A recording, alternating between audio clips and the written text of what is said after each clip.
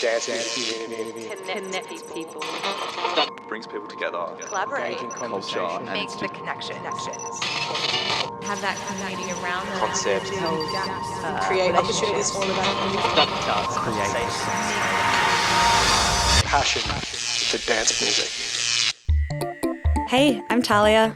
I'm a DJ, radio presenter. I organise parties in Eora/Sydney's Underground. As we begin this podcast today, I'd like to acknowledge the traditional custodians of the land from which I'm broadcasting from, the Gadigal people of the Eora Nation, and extend my respects to elders past, present and emerging. Sovereignty was never ceded. This always was, and always will be, Aboriginal land. Today we're going to take a trip into techno music's roots, back where it all began in the Motor City, Detroit, USA. Starting with the birth of techno in the Black community of Detroit, we're going to delve into various areas of Detroit's techno history, including its roots in African American culture before it spread around the globe, the DIY nature of the techno music scene as a counterculture, and the unsung women of techno. Guiding us through this episode is the Detroit techno legend, John Jammin Collins of Underground Resistance, and a pillar of the Australian dance music scene, Simon Caldwell, with their own insight as they sat down with a conversation about all things Detroit techno back in 2022 at the Powerhouse Museum in Sydney. Let's start off with a brief overview of how the Detroit techno scene came about and what the Motor City looked like at this time. Throughout the 80s, how did techno kind of infiltrate, or how did it come out of Detroit? What was the sort of the seed? And because, you know, like I know Parliament and Funkadelic are from Detroit. Detroit's known as like the Motor City, so it was an industrial city. And then you had people like Juan Atkins releasing music as Cybertron in the early to mid 80s. There was early kind of techno. In the early 80s, Juan Atkins released Cybertron, Alleys of Your Mind, which is, according to us, the first techno record. Of course, heavily influenced by Kraftwerk, so Giorgio Moroder and people like that.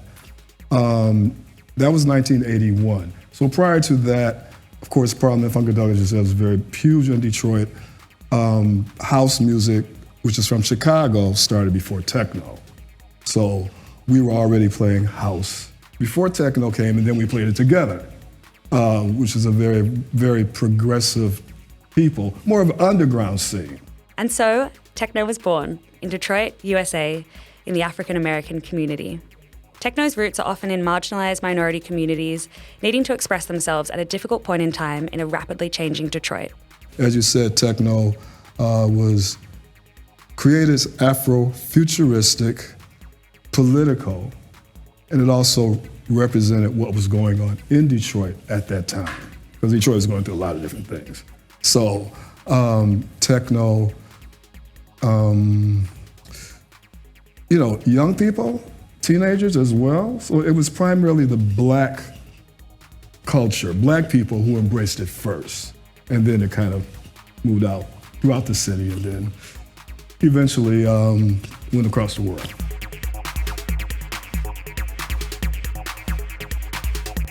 Throughout techno's history, too often there have been assumptions that techno was born in Europe, specifically Berlin. This isn't helped by the misconception that the world's first techno museum is MOAM, the Museum of Modern Electronic Music in Frankfurt. Exhibit 3000 was in fact the world's first dedicated techno museum and is fittingly located back where it all began in Detroit, founded by the creators of Underground Resistance, including John Jammin Collins, to educate new generations and preserve the treasured history of techno's past. First of all, it was Mike's idea to have a techno museum, Mike Banks. There was an exhibit at the Detroit Historical Museum, a techno exhibit, before ours. And I was a consultant for that exhibit. It was supposed to stay in Detroit for 2 years and then travel the world. Well, it never left Detroit. So during that time, Mike had the idea, I want to do my own museum to make sure that the story was proper. Even though that was a great exhibit, it was a good thing he had that foresight because it ended. So our exhibit gives you the complete history of Detroit techno, how it started, where it started, and how it infiltrated the world. And one of the primary reasons is that we don't want the founders to be written out of history, or the history of techno coming from Detroit and coming from black people, because a lot of people still assume that white people created techno. So this goes back and forth all the time. The globalization of African-American techno from Detroit was largely due to clubs like Tresor in Berlin, pushing the so-called Berlin sound. Many African-American communities outside of Detroit didn't resonate with the music as Europe did. Well, let me just go back to the Detroit-Berlin connection. Dimitri Hegeman from Tresor. Tresor, yeah. Yes. Dimitri brought UR to Tresor in 1991, 2 years after the Berlin Wall came down. Jeff Mills, Mike Banks, and Rob Hood. And on that trip, that gig, Jeff played 8 hours his first time playing at Tresor. 8 hours. People just kept coming and coming. And Kraftwerk was also in the audience that night. Unbeknownst to Mike and Jeff, until Mike saw them, and he's like, Jeff, because we're huge Kraftwerk fans. Jeff, Kraftwerk is here. Just like, man, get away from me. Why would they come see us? So they didn't know the Kraftwerk were fans. Anyway, that was the beginning of many, many trips to Berlin for UR. And also, underground resistance music sort of helped change or re-energize the art scene in the city of Berlin. The music spoke to Berlin, people of Berlin, even before UR came, then before the wall came down, they were throwing tapes and records over the wall to people on the other side. So Dimitri has been to Detroit many, many, many times. He loves the city. He tried to open up a club years ago in Detroit, but it wasn't the right time. So it was his idea to start the Detroit-Berlin connection in Berlin, and we established a chapter in Detroit. So we worked together.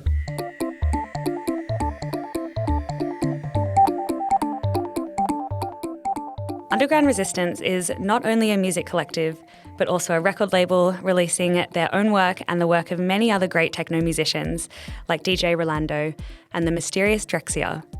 Their label continues to be heavily influential on the underground techno scene all around the world, including their boundary-pushing vinyl releases featuring eye-catching art.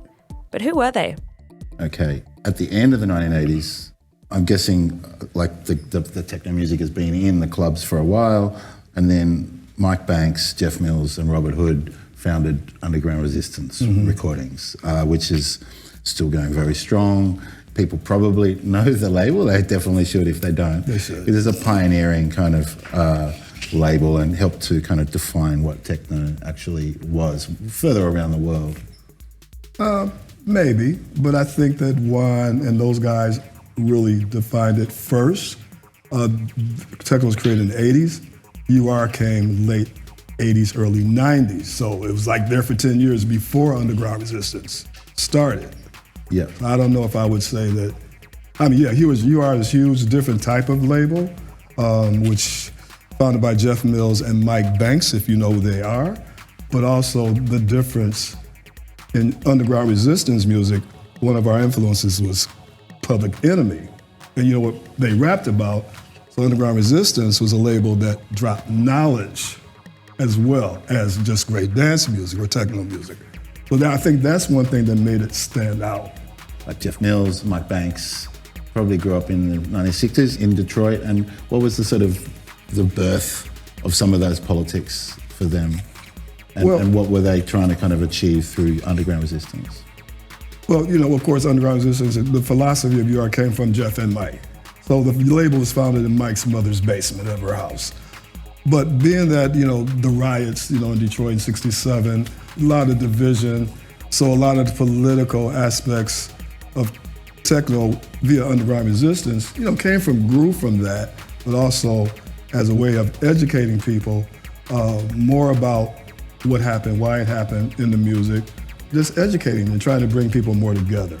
But also, you mentioned the artwork. The artwork reflected what that track was about, which, label, and then became like, art for people on their walls and stuff. So that was one thing, another way that UR stood out a lot.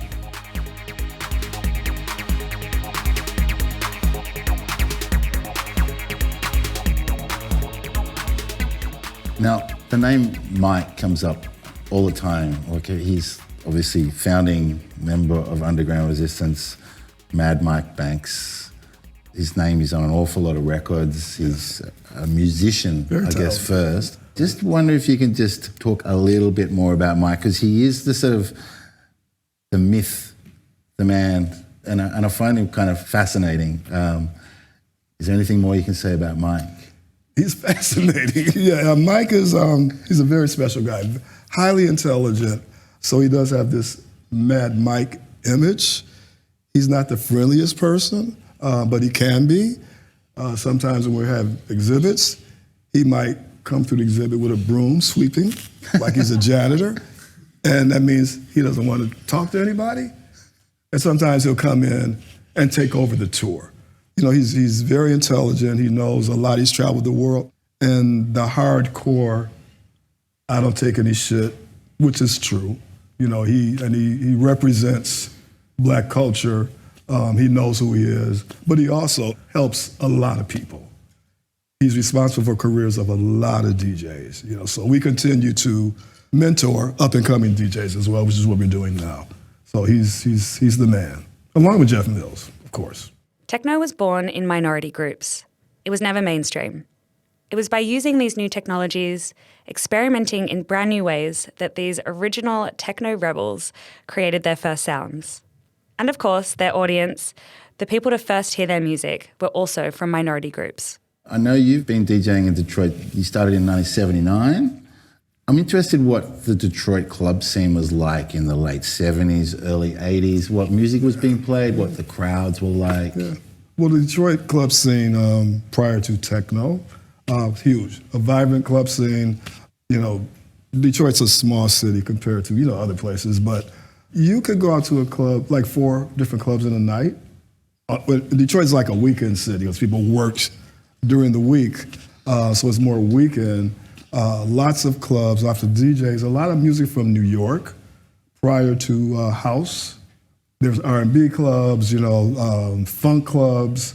There's so much diverse music in Detroit. So there's jazz clubs and, you know, R&B clubs, like I said before, and progressive clubs and a lot of gay clubs. Gay clubs are always, to me, ahead of everybody else, you know, in types of music and underground music. The progressive people in Detroit who would go to certain clubs where there was no radio music played. It was only maybe house music and new music that were like-minded people, put it that way. So we had a few of those, but there were also a lot of top 40 clubs who were not playing techno. So it was an underground thing, even in Detroit, right? Yes, initially, yes. Yeah. But you might also be wondering, who are the women making waves in Detroit? How have they made their mark on the scene? And why aren't they as well known? Kelly Hand, also known as K Hand, was a Detroit techno icon, working for almost 30 years in the scene before her death in 2021. Touring across the UK and Europe, she was a talented turntablist and deeply connected to the beginnings of Detroit techno, working hard to solidify herself in a male-dominated scene. Primarily, you know, before DJs were all men, there were no women. You know, primarily, there were no women except for Kelly Hand, if you've ever heard of her. And if you haven't, you should Google her. She was the first female techno DJ on the second wave after the 4 founders. And her label is Acacia Records, and she has like 50 releases. She unfortunately passed away last year. So when they found out that she was a woman, back then they didn't want to book her. You know, so that's why she just used the K Hand, right? That's why he changed it to K Hand. And then they didn't know, but when she got there, you know, contract signed, you got a deposit, so she had to pay. K Hand's track Mystery was included on a significant Trésor compilation that came out in 1993, the peak of the global techno scene. In 2001, Trésor released a full album of her work. Kelly chose to donate some of the proceeds to an emergency shelter for vulnerable children in Detroit. The techno community grew from its grassroots origins out of necessity in economically disadvantaged communities. DJs used whatever gear they could get a hold of at local op shops and recorded in their own homes. This DIY mindset became part of the fabric of techno community's sound. empowering and supporting artists to maintain ownership of their own brand. Now, I think part of the UR ethos is about sort of a DIY kind of, we will do it ourselves and we will market it ourselves, we will distribute it ourselves. Underground Resistance started a submerged distribution, which was quite big in terms of, just spreading, distributing Detroit techno to record stores around the world. But it's always been there's never been a sense that UR would ever kind of sell to anyone or would never kind of do a deal. Right. But just that whole, that DIY ethic, which I think is... It was all about ownership. Yeah. Ownership, owning your own label, because we're anti-major. Owning your own label, having control, it's your business, you run it, nobody else does. And every DJ who came through Underground Resistance, even though they might have their own label, and we encourage them to have their own label. They might be called another label, but have your own. So that's where that came from. And as I said, just to also for African Americans to have ownership in the business, because oftentimes we were kind of left out of things, and or opportunities weren't presented. So if we had our own, we could get it. And you mentioned distribution.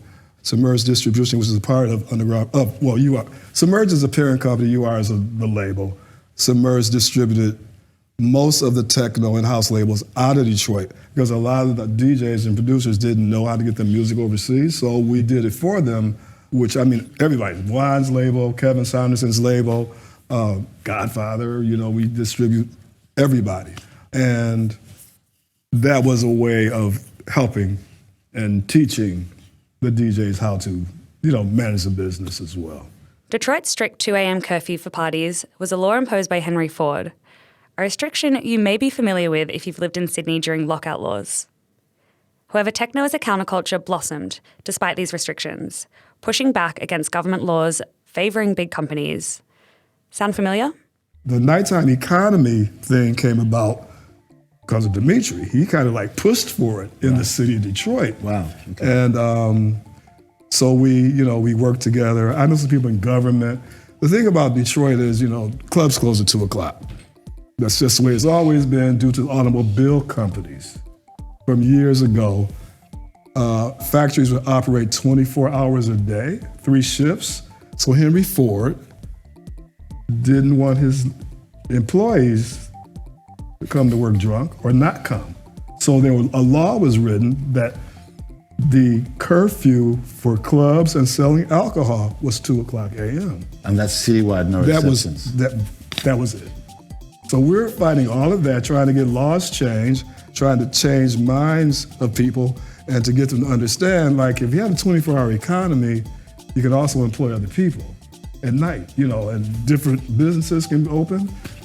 We even took a couple of city council people from Detroit to Berlin so that they could see. They were to Shazor, they were taking pictures. I don't take pictures here, but they're taking pictures. And so, we worked for many, many years. And we haven't given up. And the mayor did appoint a nighttime ambassador, who I think was the wrong person, because he worked for the mayor and he had to do what the mayor said. So he was the wrong person. So we're still trying to work towards that. And so I'm imagining there are still kind of underground parties that happen. Always, yeah. You just have to know where they are. Yeah, right? Illegal parties, you call them whatever you want. They still happen, they never stopped. They might get busted a little bit more now. And the interesting thing, Coleman Young, who was the first black mayor of Detroit, because of where he came from, he wasn't concerned about after-hours clubs. Wait, the first black mayor of Detroit? Yeah. Was when? 1973. 73. So after-hours illegal parties flourished because he let it happen. Right. So when other mayors came in, they put their foot down. So, but those parties still exist. In some clubs now you can get a special license to stay open later, but it'd be cool if we could do. Right. Exhibit 3000 is incredibly important for John, a caretaker for the legacy of Detroit techno. But where did this name come from? It's the address of our building. Mike Banks again. Yeah. Yeah, we just bought another building 2 doors away from where we are now, and we're expanding, and there's an underground music academy which we're starting, which Wajid is kind of heading. We'll have a DJ school and that type of thing. And you know, we do a lot of community work as well. So we make our space available to the community for meetings and stuff, you know, that type of thing. For me, I mean, I'm still quite passionate about the music, the scene, the culture, the vibe, the feeling at UR, Exhibit 3000. You know, oftentimes when you know, myself and Cornelius, we do the tours primarily because we know everything about the music and the scene. It can become very emotional. You know, for me, just to be able to enlighten and inform and educate people about this culture, this music, where it came from, and then just to see people's reactions and how they get involved, it's a special feeling. So we just keep doing what we do, basically.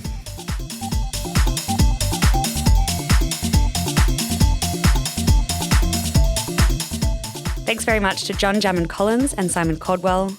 This episode was written and produced by Ivana Kelly and myself. The executive producers were Gemma Purvis, Pip Dalton, and Ian Wilson. And it was hosted by myself, Talia Jimenez. You can learn more about Exhibit 3000 at submergedownload.com/submerge/exhibit-3000. This has been EMC and TAFE Media co-production. To find out more about EMC and what we do, please visit emcaustralia.org. Thank you for listening.